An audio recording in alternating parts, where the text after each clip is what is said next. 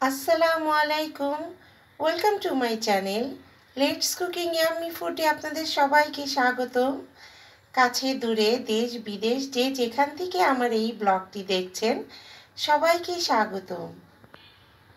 আপনাদের মাঝে আজকে আমি একটি দুর্দান্ত রেসিপি নিয়ে চলে আসছি, সেটা হচ্ছে কাতলা মাছের রেজালা। এটা খুবই একটা টেস্টি রেসিপি। আপনারা বাসাতেই সবাই ট্রাই করে ফেলতে পারবেন রেস্টুরেন্টের সাথে দারুণ মজাদার কাতলা মাছের রেজালা। তো এখানে আমি 5 পিস মাছ নিয়ে নিয়েছি বড় বড় সাইজের। এটাকে আমি লবণ দিয়ে মেখে এবার আমি লাল লাল করে ভেজে নিব।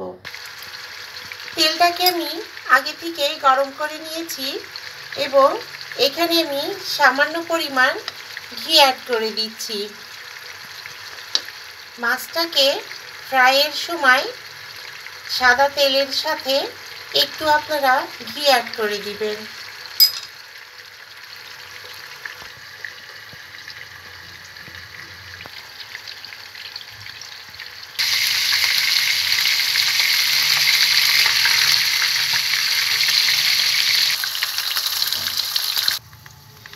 এখন আমি আদা রসুন জিরে বাটা এবং দারচিনি এলাচ তেজপাতা দিয়ে মশলাটাকে ভালো করে কষিয়ে নিব।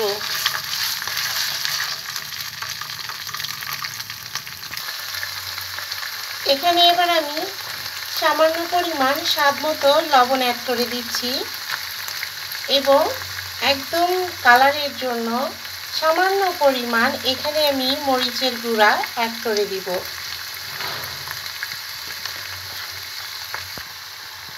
এখানে আমি দুটো বড় বড় সাইজের টমেটো গ্রেট করে নিয়েছি। গ্রেট করে মশলার সাথে ভালো করে মিশিয়ে এটাকে কষিয়ে নিব। এই রান্নাটা খেতে এতটাই মজাদার যে খুবই টেস্টি একটা খাবার। এটা তো আপনার প্রায় বিয়ে বাড়িতেও রান্না করে কাতলা মাছের রেজালা।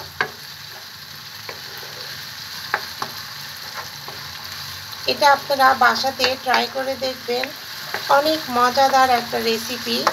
এটা হলে আপনার মাংস লাগবে না, এত টেস্টি একটা ইয়াম্মি একটা রেসিপি। এখানে আমি হাফ কাপ পরিমাণ দুধ অ্যাড করে দিচ্ছি।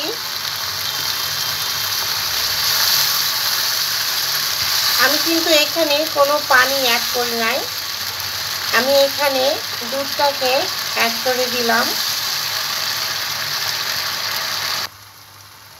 এখানে এবার আমি 1 টেবিল চামচ পরিমাণ মিষ্টি দই অ্যাড করে দিয়েছি।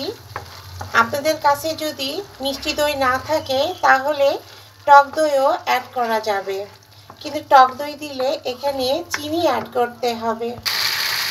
দেখুন বন্ধুরা, এবার আমি মাছগুলাকে দিয়ে দিয়েছি এবং মাছগুলা দিয়ে সামান্য পরিমাণ পানি দিয়ে এবার ঢেকে দিব।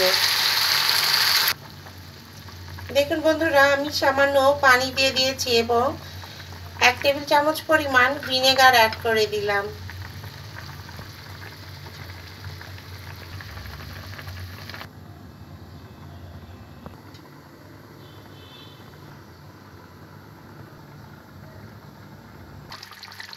এখানে আমি 1 টেবিল চামচ পরিমাণ টমেটো সস অ্যাড করে দিয়েছি।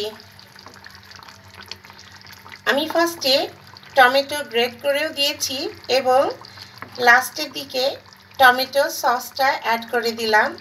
এতে কালারটাও অনেক সুন্দর আসে এবং খেতেও অনেক ইয়াম্মি হয়।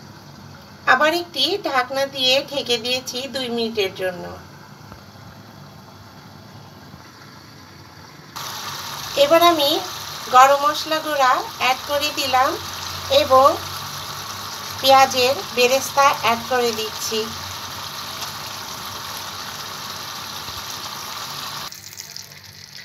এখন আমি হাফ চা চামচ পরিমাণ ঘি অ্যাড করে দিচ্ছি। দেখুন বন্ধুরা, রান্নাটা আমার প্রায় অলমোস্ট হয়ে গিয়েছে। এখন আমি আর 5 মিনিটের জন্য ওয়েট করব।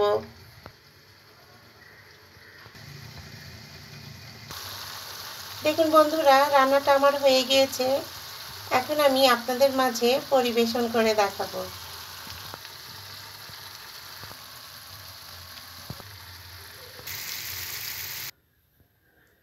দেখুন বন্ধুরা, তৈরি হয়ে গেল আমার দারুণ মজাদার কাতলা মাছের রেজালা। এই রেসিপিটা খেতে অসম্ভব মজাদার। তো ভিডিওটা যদি আমার ভালো লাগে অবশ্যই আপনারা লাইক করবেন, সাবস্ক্রাইব করবেন এবং বেশি বেশি করে শেয়ার করে দিবেন এবং অবশ্যই জানাবেন আপনারা আরও কী ধরনের বাঙালি রেসিপি দেখতে চান। তো আজকের মতো এ পর্যায়ে আল্লাহ হাফেজ।